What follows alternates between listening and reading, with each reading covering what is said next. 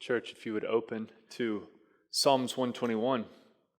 Psalm 121. We're going to cover a lot more than just this psalm today, but I want to just read this for us to start us.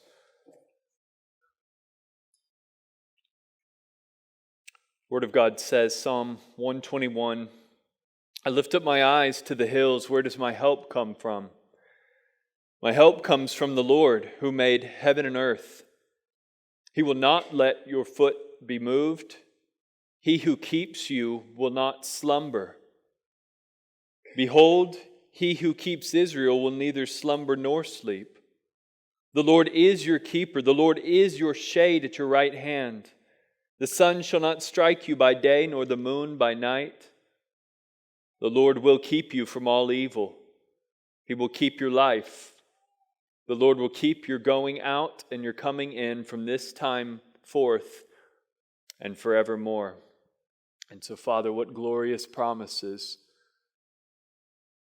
And Lord, there's so much we're going to cover in just a short time. We just pray that, Holy Spirit, you would come and teach us those things that you want us to most see here.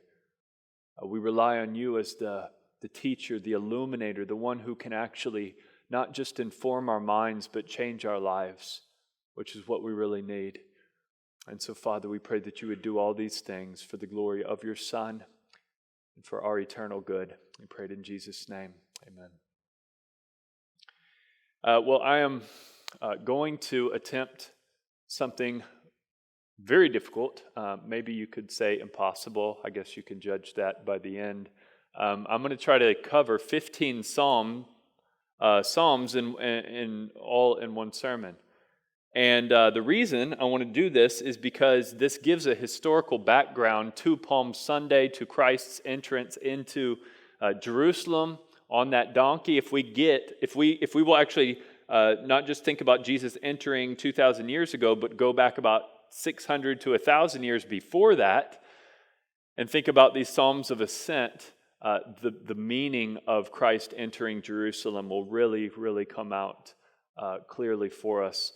Some of y'all know when studying Psalms, it's really important to remember what we're dealing with. We're dealing with poetry, specifically Jewish poetry, which is not Jewish law or Jewish history, which we would read more literally. With poetry, it's poetry. All right, it's like songs. As you listen to a Beatles song on the radio, take these broken wings and learn to fly. That's not to be taken literally, or you're not going to understand the song.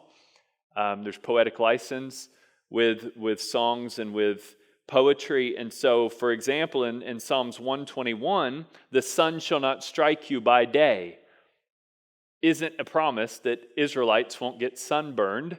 All right, it's a promise that God will keep them and be the shade at their right hand. It's poetry. We need to remember that as we look at this. Not long ago, I was in this a public library, and when I go to public libraries, I'm always looking for books that aren't printed. I'm a little bit of a nerd that way. You look for books that are no longer in print and find some obscure book. And I found one on the Psalms of Ascent, and it was mainly dealing with the Jewish nature of the Psalms of Ascent, kind of the Jewish background. But toward the end of this book, it had a little quote from 1665, this Italian reformer, Giorgio Loradio, I don't know if I'm pronouncing that right, but he said this: there are degrees to the holy mountain and high place of heaven to advance us near, not only the 8 Beatitudes or the 7 gifts of the Holy Spirit, but he that in this valley of vision knows not how to pass from strength to strength will surely take the wrong way to Zion. These are called steps of ascent, because whoever intends to make use of them must make his advancement under God for his climbing up by grace. And so these steps of ascent, or psalms of ascent, or songs of ascent, are progressive, so that it's like you're on a journey. And I'm going to just use the word journey today. I apologize. I don't like the word either. I don't want to trivialize it like that, but in the true kind of historical sense, journey is what this is talking about. It starts really far from God. And in this journey, you move closer to God. So in Psalms 120, you're far away from God. By Psalms 134, you're with God.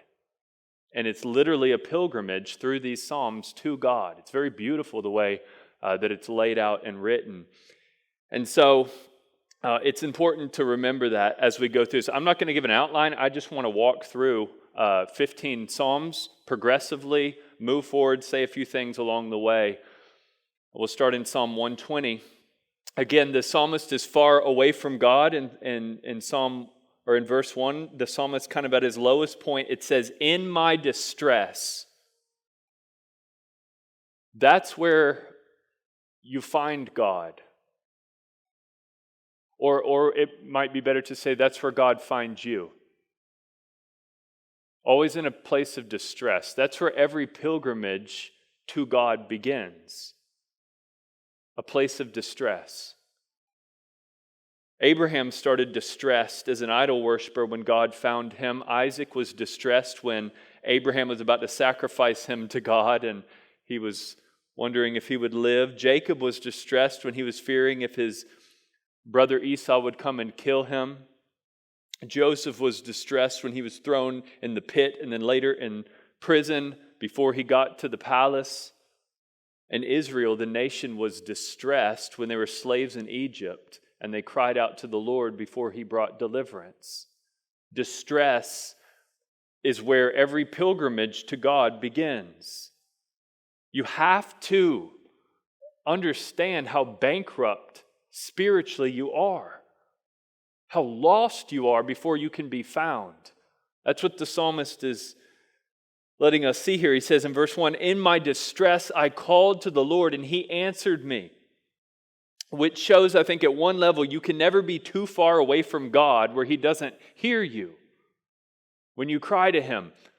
But at the same time, just because you cry to him and he hears you doesn't mean you necessarily know where you're going yet. And a lot of people don't know where to go, but they just know, I don't want to be where I am right now, which is what this psalmist says. In verse 5, he says, "Woe to me that I sojourn in Meshech and dwell among the tents of Kedar." He doesn't know where he needs to go. He just knows, I don't want to be here. This isn't where I want my sojourning to be. And as the psalm goes into Psalm 121, he says, "I lift up my eyes to the hills." And you say, well, that's still kind of vague. What does he mean? And especially, it's even more vague in that context because back in that day, on the hills were pagan temples to false deities on the tops of mountains. And so this is more vague than it even sounds to us. But he says, "I lift up my eyes to the hills. Where does my help come from?" My help comes from the Lord, from Yahweh, from the God of Israel, the maker of heaven and earth. And again, it's interesting, those who've studied ancient pagan kind of polytheistic religions, especially those ones that were rooted in Greek mythology, many times the gods or the deities were asleep when you'd called on them. Or they were too drunk or too lazy or too tired to hear or put up with mere mortals. And it says here, "He who keeps Israel will neither sleep nor slumber." This is a different God. By the time you get to Psalm 122, verse 1, this ascent is not just the vagueness of the hills, but he says, "I was glad when they said to me, 'Let us go to the house of the Lord,'" which we know is in verse 3, Jerusalem, a city that is bound firmly together, to which it says, look at this phrase, "The tribes go up," and there it is.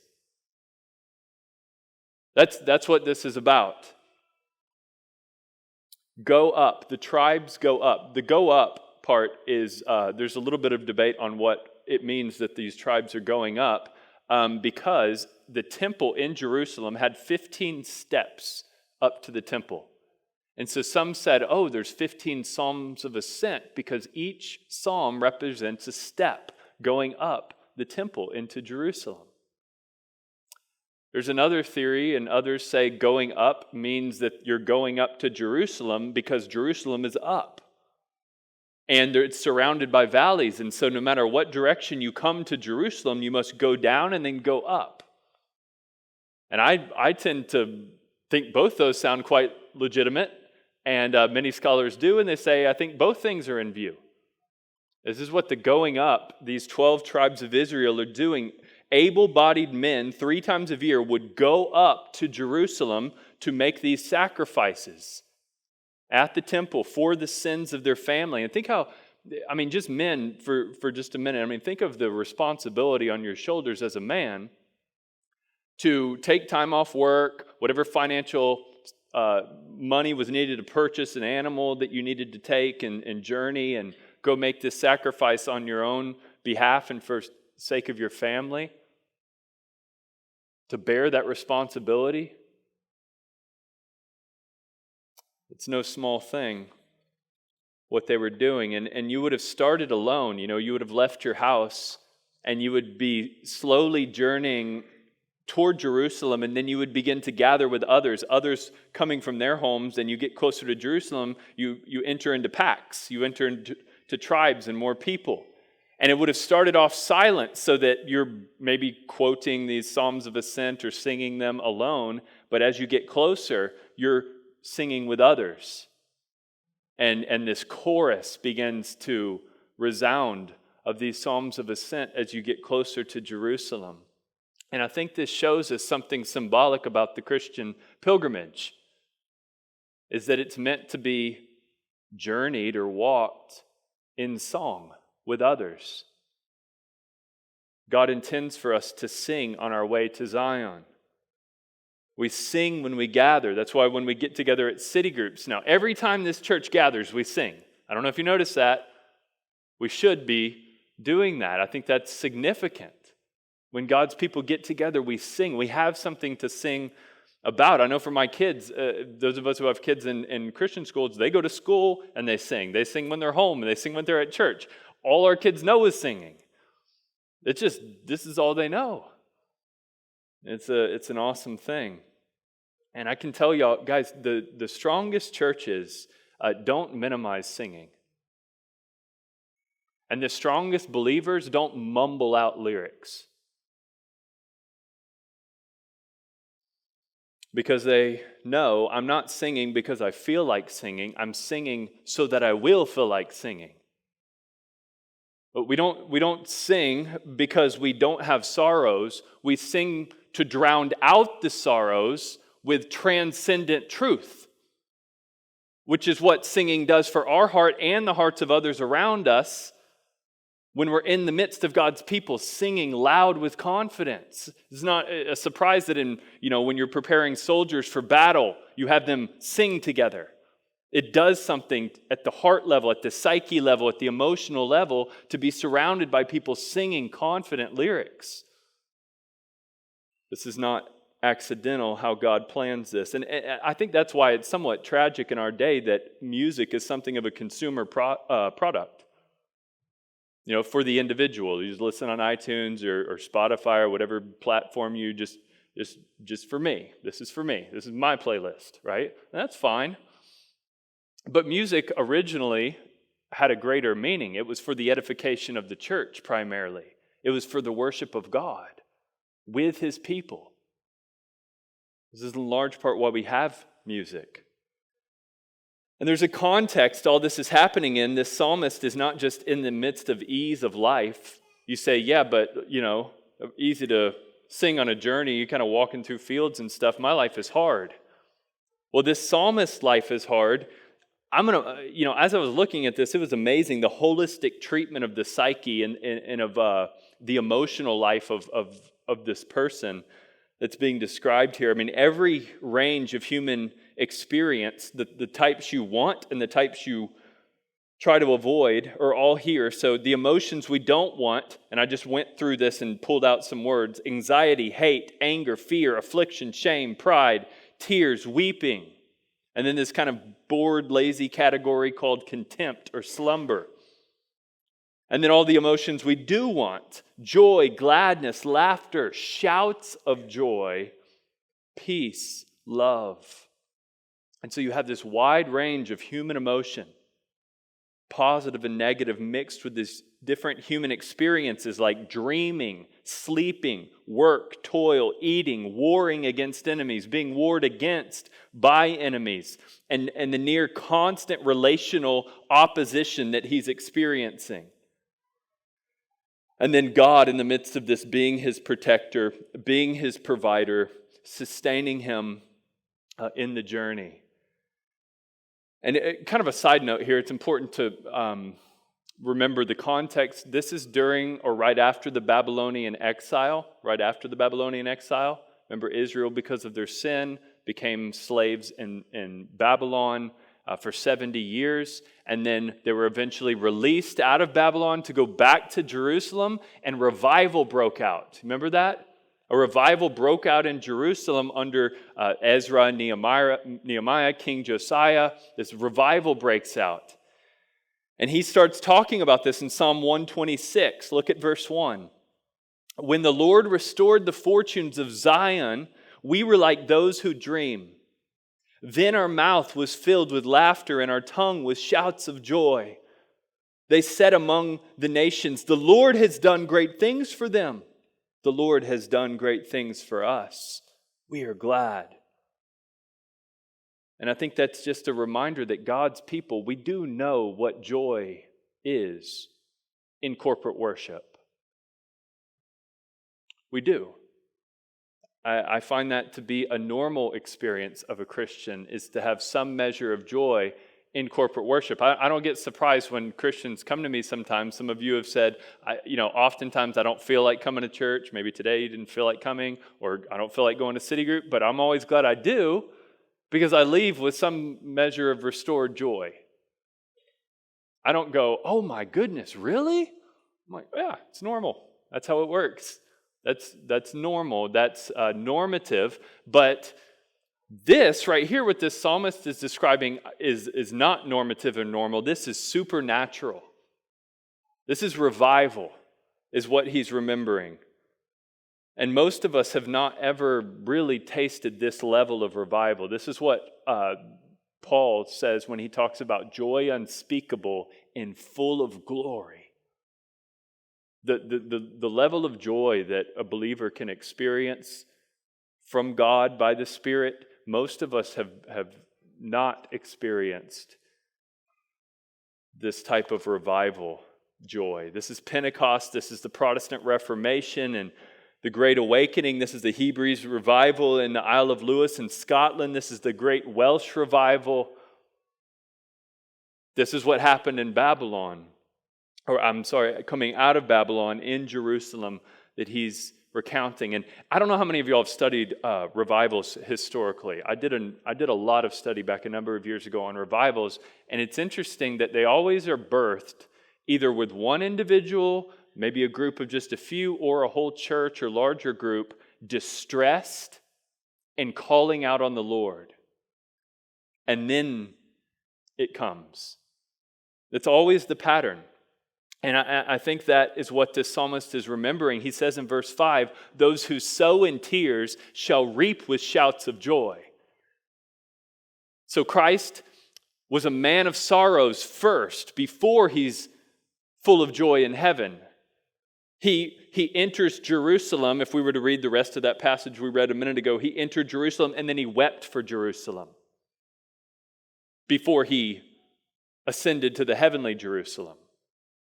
The tears always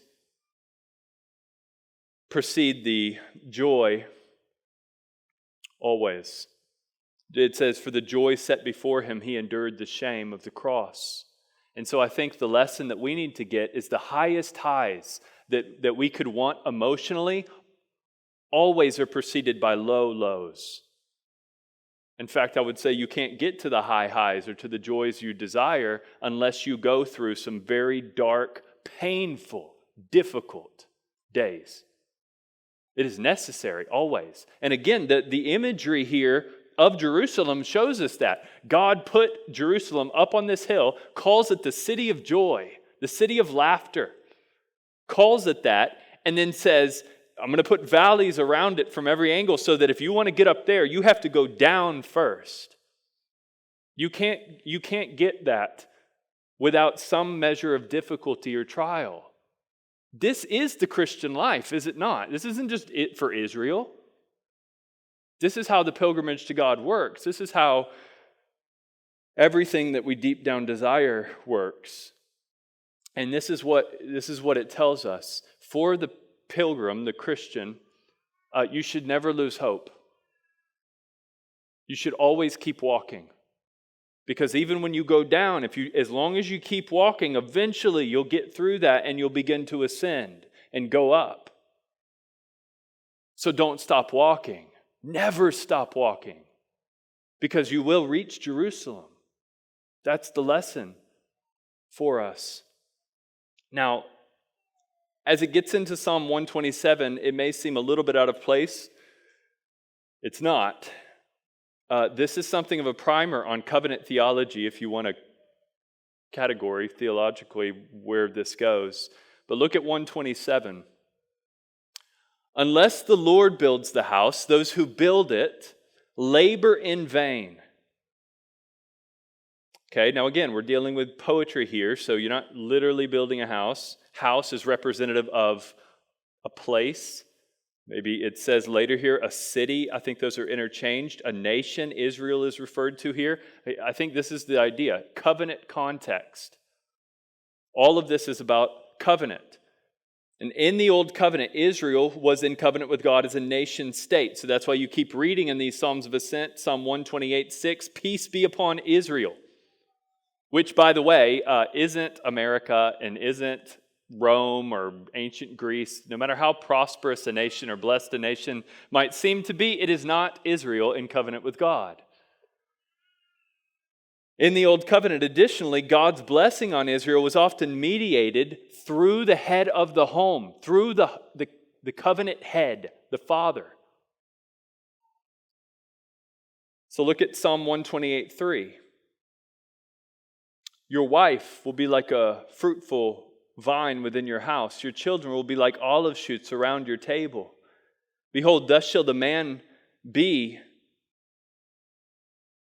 blessed who fears the Lord. So the wife and the kids are blessed if the man fears the Lord. If the leader of that home is God-fearing, a blessing will come to the wife and the kids. This is somewhat like what Paul is talking about in 1 Corinthians 7:14, when he says the unbelieving wife will be made holy because of her husband. Otherwise, your children would be unclean, but as it is, they are holy. So it's not saying that the unbelieving wife or the children are saved because the father is holy or God-fearing. It is saying they are holy in the sense that they are set apart. They will experience some measure of blessing because of the believing father. Now, why are they not truly in the covenant because of their father? Well, because the way you enter into covenant, old or new covenant, is by faith. We're talking about the true benefits of the covenant. The true blessings of the covenant only come by faith. Here it is in chapter 128, verse 1 of Psalms. Blessed is everyone who fears the Lord. Not just blessed is everyone who's a Jew because you were born a Jew. Blessed is everyone who fears the Lord. Or Psalm 125:1. Those who trust in the Lord are like Mount Zion, which cannot be moved but abides forever. So it doesn't just say if there's a father who trusts in the Lord, then everyone will abide forever. It says you abide forever if you trust the Lord. We saw this in Ezekiel 18, that each one will die for his own sins, not the sins of a father. Remember we saw this a few weeks ago? And then each will live, not for their own sins, or not for the righteousness of their father, but their own righteousness. And so faith doesn't save, a man's faith doesn't save his children or his wife, but it does massively impact them. And listen to this. I pulled out some statistics that I think are helpful, some research to further confirm this, Promise Keepers Baptist Press put this together a few years ago, that if a father doesn't go to church, even if the wife does, the child has a 1 in 50 chance they will become a regular worshiper in the future. If a father does go regularly, regardless if the mother does, there's a 3/4 chance that the child will as an adult. Another study on Bible studies, or we could call it a city group or a catechism, something outside of the corporate gathering, said that if both parents attend, so in our context, a church service like this and a city group, then 72% of the children will when they grow up. When only a father attends, 55% of the children will attend when they grow up. If only a mother does, 15% will when they grow up. And if neither parent does, 6% of the children will when they are grown. And then this survey was maybe even more surprising. It says if a child is the first in the household to become a Christian, there is a 3.5% probability that the rest of the family will follow. If the mother's the first to become a Christian, there's a 17% chance that the rest of the family will follow. And if the father is the first to become a Christian, there's a 93% chance that the rest of the family will follow. Confirming what I think this proverb is saying, that if the father fears the Lord, the rest of the family will be blessed. Not automatically saved, but greatly blessed. And far more likely that they will grow up and worship the Lord. Now, guys, I know in the day in which we live, some of y'all may even be thinking this word. That sounds like patriarchy. And here's what I'd say. It is. The Bible teaches that. That's what's being taught right here. Psalm 128:3, your wife will be like a fruitful vine within your house. Your children will be like olive shoots around your table. Behold, thus shall the man be blessed who fears the Lord.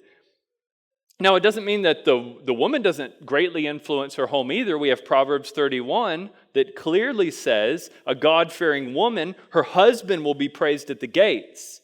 Her children will rise up and call her blessed. So obviously, a God-fearing woman is massively influential in the home as well. It's not to diminish that. But guys, if a man does not take this pilgrimage seriously, let me say it like this, if his wife has to say to him, honey, when are you going to go get the animal and make the trip to Jerusalem for us? That man should not be surprised if his children grow up and they don't take the trip to Jerusalem for their family.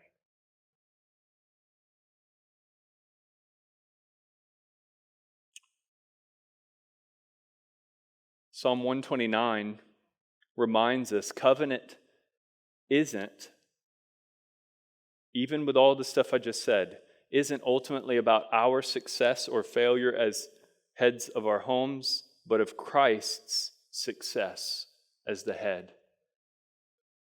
Look at Psalm 129, verse 1. Greatly they have afflicted me from my youth. Let Israel now say, greatly they have afflicted me from my youth, yet they have not prevailed against me. The plowers plowed upon my back.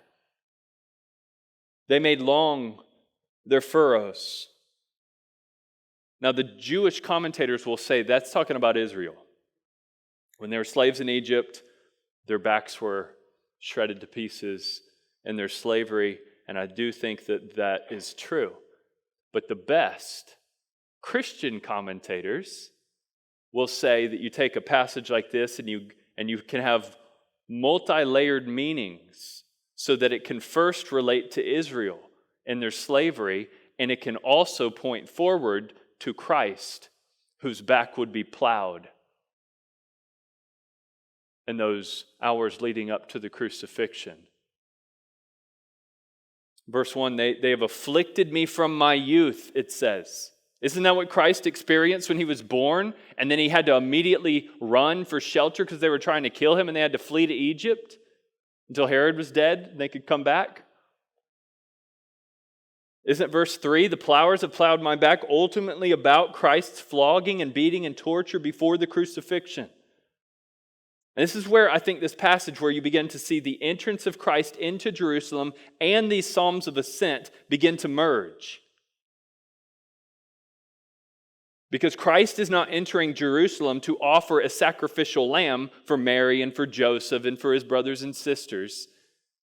He is entering into Jerusalem to become a sacrificial lamb for his bride and to gather children for God from every tribe and language and people and nation. In other words, all the Psalms of Ascent are ultimately about Christ and his pilgrimage to Jerusalem that he took for his bride, for God's elect children. If he doesn't ascend the hill, there is no pilgrimage for you or us or any of the Israelites. None of it matters if this is not ultimately pointing to Christ.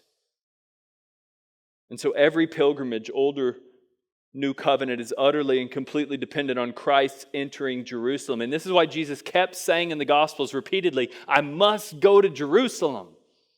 That's where this has to lead to. And he knew this. Matthew 16:21, Jesus began to show his disciples that he must go to Jerusalem and suffer many things from the elders, from the chief priests, scribes, and be killed, and on the third day rise. He knew what he was doing. He knew where he was going. This is why John 12, what we just read a moment ago, the next day, that is Sunday, that is today, Palm Sunday, the large crowd that had come to the feast heard that Jesus was coming to Jerusalem. So they took branches, palm trees. Why palm branches? Because in ancient days, palm branches waved royalty. You've seen movies and they would wave the palm branches on the king. And they said, Hosanna, blessed is he who comes in the name of the Lord, even the King of Israel. And then Jesus found this young donkey set on it as it was written. So why is he riding on a donkey? Is this just the closest thing he could find to ride on? No. Zechariah 9:9 said that the King of Zion would come riding on a donkey. And Jesus knew that, and so he grabbed a donkey to ride in, to fulfill the prophecy. And to ride in to fulfill the prophecy as the patriarchal head of Israel, of the church. And then Jesus said in 16, John 12:16, his disciples did not understand these things at first, but when Jesus was glorified, then they remembered that these things had been written about him and had been done to him.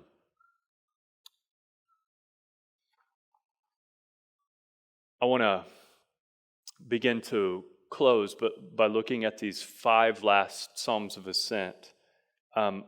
The way that all these are ordered, I spent a lot of time this week. I just put away all commentaries and all other people and just sat with these and just, how do these things work? There's 15 of them. How do they fit together?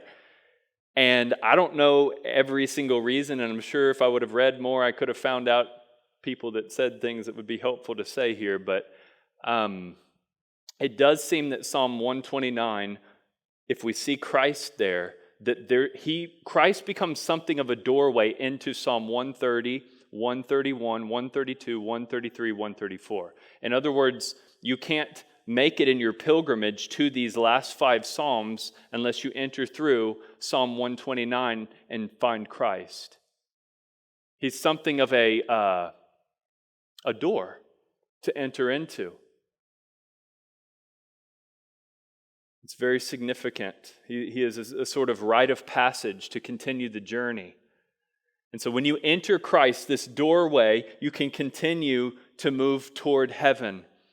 And then these 3 things will be true of you. So Psalm 130 to 134, you will find these 3 things true of you. Number 1, forgiveness. Look at Psalm 130, verse 1. Out of the depths I cry to you, O Lord, hear my voice. Let your ear be attentive to my voice, my pleas for mercy. If you, O Lord, should mark iniquities, O Lord, who could stand?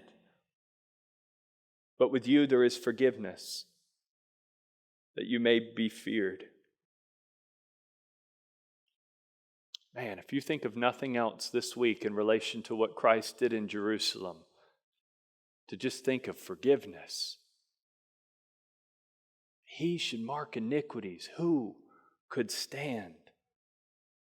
And some of y'all mentioned last week when we talked about our testimony and how Christ has saved us, especially if we're young, not just from the sins we committed when we were 2 and 3 and 5, as if that was all the sin that he saved us from. He was also saving us from all the sin we would commit after we were saved, which for most of us is way more sin than he had to save us from when we were young. And if God would mark iniquities, especially the ones you've committed as a Christian, who could stand? But with him there's forgiveness, that he may be feared. Now, what is the connection between fearing him and his forgiveness? Well, just think a long time about the cross, and that the Father put his Son there for our sake, and maybe you'll begin to learn to fear the Lord. There's a connection between Christ and what he did for our forgiveness and us fearing him in the most glorious way. Now, Psalm 131 says something very interesting here. He says, "O Lord, my heart is not lifted up. My eyes are not raised too high. I do not occupy myself with things too great and too marvelous for me. But I've calmed and quieted my soul like a weaned child with its mother, like a weaned child a weaned child is my soul within me." When you think about, man, if we could I wish we could get an image of this, a real visual of Christ on the donkey entering into Jerusalem. And as Kent mentioned a few times, not as a warrior with his sword ready to take down Roman enemies and get to the throne, but humble on a donkey, and just hear people genuinely in faith going, he's the king. He will inaugurate his kingdom. And then the utter shock that he would do it through a cross. It's bizarre. But when you really get that, when the gospel begins to really permeate your mind, your heart, what begins to happen is you stop being cynical about Christianity. You stop deconstructing every little thing and every little person and every little experience, and you go, I can rest. I can rest in what this says. I can rest in who Christ is. It quiets your soul. You begin to want the Lord, and you begin to be willing to wait on the Lord. It says in verse 5, I waited for the Lord, my soul waits in his word, I hope. My soul waits for the Lord more than watchmen for the morning, more than watchmen for the morning. Does anybody do this anymore? Wait for the Lord? We just read about politics and do work and make money and try to have comfortable life. Does anybody wait on the Lord anymore? So that we'll finally get out of this earth? So we can finally go to our real home? Does anybody long for that anymore? Like a watchman waiting for the morning?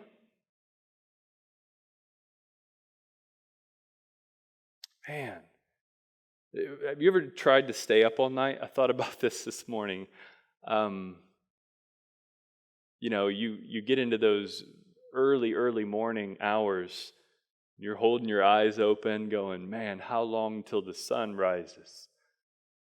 Can I wait any longer? Can I make it to the morning? And in this context, we're talking about watchmen waiting for enemies that are coming. And you have to stay on watch at night because the enemy at night can approach without you knowing. And you've got to keep people up and awake and doing their shifts so you don't get attacked at night. But then when the sun rises, then you can go rest because you're not going to get a surprise attack.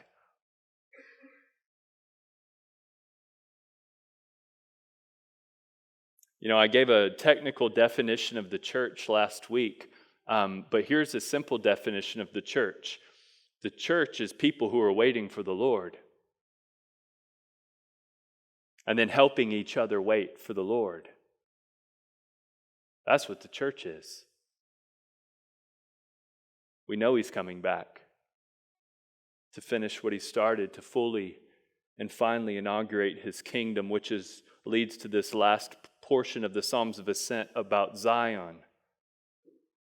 Zion is where the resurrection is fully realized, where God and man fully and finally get to be together forever, all enemies put away. And here's the literary clue that makes me realize and helps me understand Psalm 132, 133, and 134 is about heaven. It's about heaven.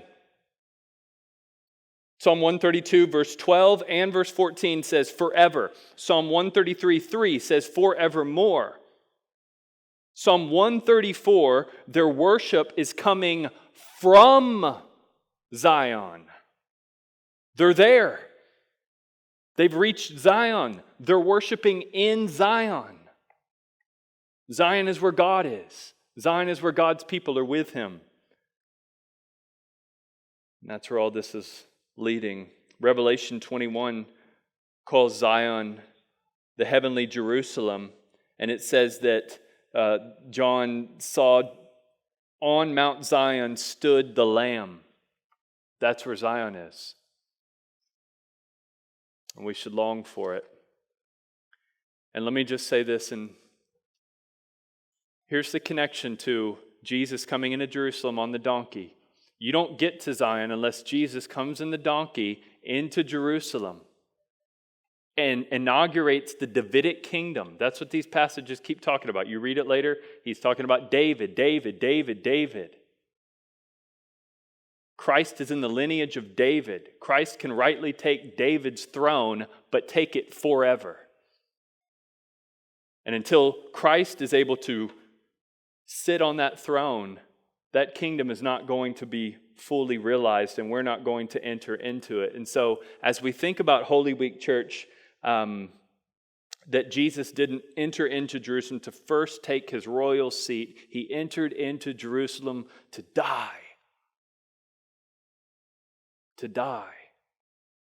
It is a very strange way to set up an eternal kingdom.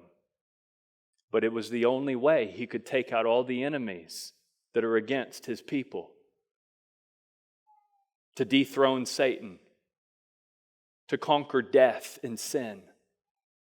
He had to enter into Jerusalem to do all of that work. Let's go to the Lord. Let's pray that this week the Lord sober us with these things and help us rejoice greatly in the work that he accomplished. Father,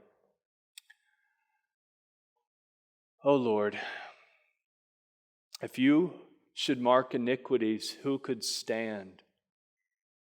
But with you there is forgiveness, that you may be feared. And so, Father, as we come to this table, Lord, we know that forgiveness was purchased with your blood and your body, a perfect sacrifice for sin.